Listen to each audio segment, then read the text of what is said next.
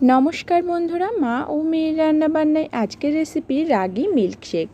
সকাল সকাল এইরকম একটা হেলদি টেস্টি রাগি মিল্কশেক খেলে কিন্তু আমাদের শরীর মন দুটোই ভালো হয়ে যাবে। তবে রাগিটা কিন্তু আগের দিন রাত্রে ভিজিয়ে রাখতে হবে, আর ভেজানোর আগে অবশ্যই কিন্তু ভালো করে জল দিয়ে ধুয়ে নিতে হবে। বেশ কয়েকবার জলটা পাল্টে ধুয়ে তবেই কিন্তু সারা রাতের জন্য ভিজিয়ে রাখতে হবে। এই যে আমি একটা টিফিন বাটির মধ্যে ভিজিয়ে রেখেছিলাম, পরের দিন সকালে দেখছি জলটা কিন্তু লাল লাল হয়ে গেছে। এবার জলটা অন্য পাত্রে ফেলে দেব।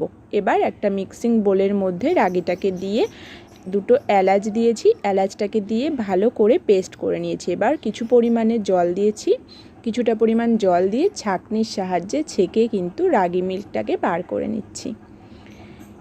এরকম করে 2 থেকে 3 বার রাগি মিল্কটাকে বার করে নেব। এর মধ্যে কাজু, কিশমিশ আর খেজুর দিয়েছি, আর কোনো মিষ্টি দেব না। যেহেতু দুধ একটু গরম খেতে ভালো লাগে, তাই একটা পাত্র গরম করে ওর মধ্যে রাগি মিল্কটাকে সম্পূর্ণ আমি দিয়ে দিলাম। এটা কিন্তু ফুটাবো না, একটু উষ্ণ গরম হলেই নামিয়ে নেব। আর যদি মিষ্টি খেতে ভালো লাগে তাহলে একটু মধু অ্যাড করা যেতেই পারে, তবে খেজুর দিয়েছি যেহেতু, তাই আর কোনো মিষ্টি আমি এখানে দেব না।